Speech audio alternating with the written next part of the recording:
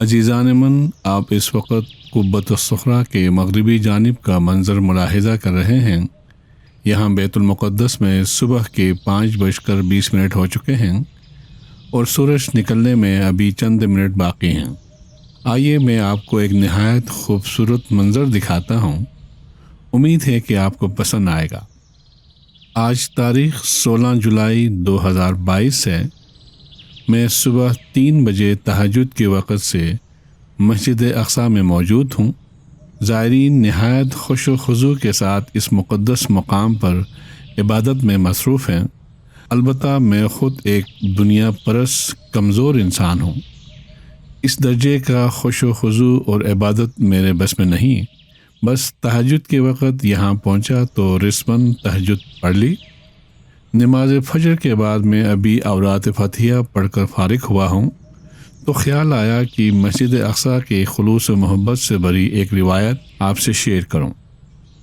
جو احباب اورات فتحیہ سے واقف نہیں، انہیں بتاتا چلوں کہ یہ حضرت امیر کبیر سید علی حمدانی المعروف شاہ ہمدان المتوفی 786 ہجری کی تالیف ہے، جو مختلف قرآنی دعاؤں کا مجموعہ ہے۔ میرے آبائی وطن بلتستان اور کشمیر کی اکثر مساجد میں فجر کے بعد اورات فتحیہ بلند آواز میں پڑھنے کا رواج ہے۔ یہی وجہ ہے کہ اس خطے کے بیشتر باسیوں کو اورات فتحیہ ازبر یاد ہوتے ہیں۔ عزیزام، یہ ہیں شیخ خالد صاحب، یہاں بیت المقدس میں رہتے ہیں۔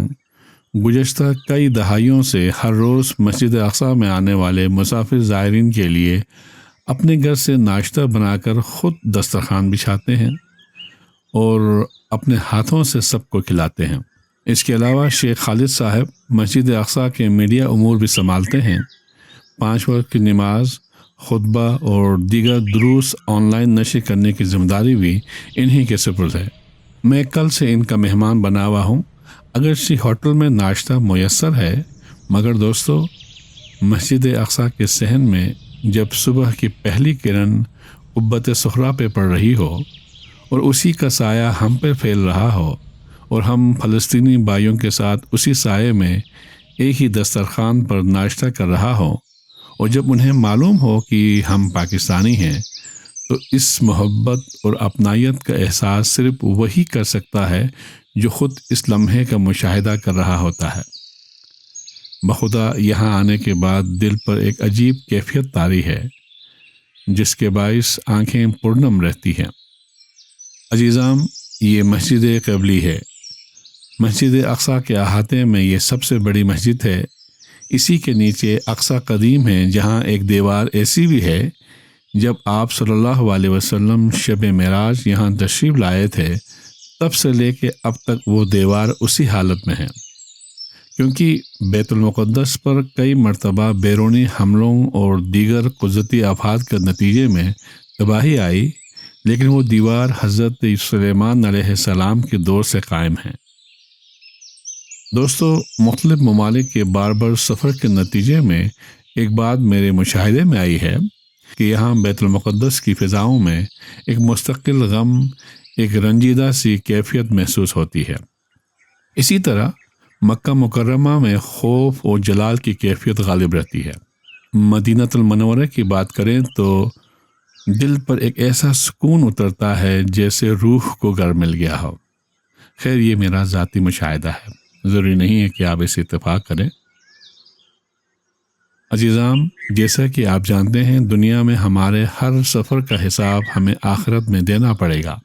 میری دلی خواہش تھی کہ میں صحاح کی وہ مشہور متفق علیہ حدیث کے مفہوم پر ایک بار عمل کروں کہ کجاوے کو نہ باندھے جائیں سوائے 3 مساجد کی طرف، مسجد نبوی، مسجد حرام اور مسجد اقصیٰ۔ رب تعالیٰ کے فضل و کرم سے میری یہ خواہش بھی پوری ہوئی۔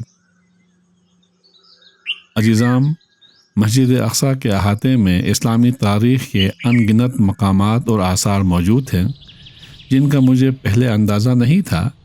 میں نے ان سب کی ویڈیو بنائی ہے اور انشاءاللہ وطن واپس جا کر تحقیق شدہ مواد کے ساتھ ان کا تعارف صوتی ریکارڈنگ ان ویڈیو کلپ کے ساتھ آپ احباب کے لیے پیش کروں گا مجھے امید ہے کہ وہ ویڈیو اپنی نوعیت کی منفرد کاوش ہوگی۔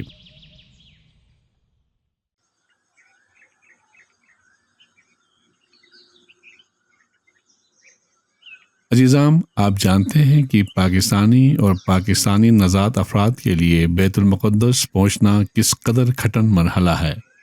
اللہ تعالیٰ نے اگر زندگی اور توفیق دی تو عبادت کے لیے باقی ماندہ زندگی صحیح۔